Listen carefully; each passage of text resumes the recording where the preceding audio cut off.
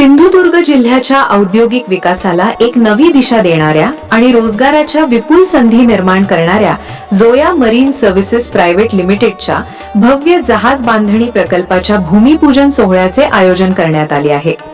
तळवणे येथे शनिवार 15 ऑगस्ट रोजी दुपारी ठीक 3 वाजता हा ऐतिहासिक भूमिपूजन सोहळा पार पडणार आहे।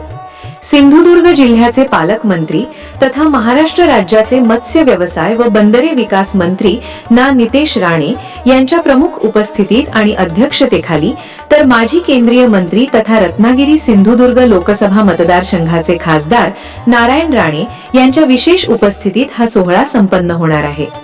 या महत्वाकांक्षी प्रकल्पाच्या माध्यमातून सिंधुदुर्ग जिल्ह्याच्या सर्वांगीण औद्योगिक विकासाला मोठी चालना मिळणार आहे।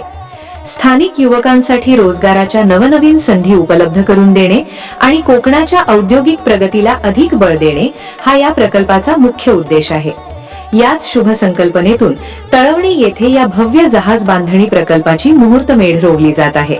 या विशेष सोहळ्याला सिंधुदुर्ग जिल्हा परिषदेचे अध्यक्ष प्रमोद कामत, आमदार दीपक केसरकर, आमदार निलेश राणे, सिंधुदुर्ग जिल्हा मध्यवर्ती सहकारी बँकेचे अध्यक्ष मनीष दळवी, जिल्हाधिकारी श्रीमती तृप्ती धोडमिसे, जिल्हा परिषदेचे मुख्य कार्यकारी अधिकारी रवींद्र खेबुळकर, पोलीस अधीक्षक डॉक्टर मोहन दहीकर, सावंतवाडी पंचायत समितीच्या सभापती श्रीमती सुस्मिता जाधव, उपसभापती गौरव मुळीक आणि तळवणे ग्रामपंचायतीचे सरपंच गोविंद केरकर हे प्रमुख पाहुणे म्हणून उपस्थित राहणार आहेत।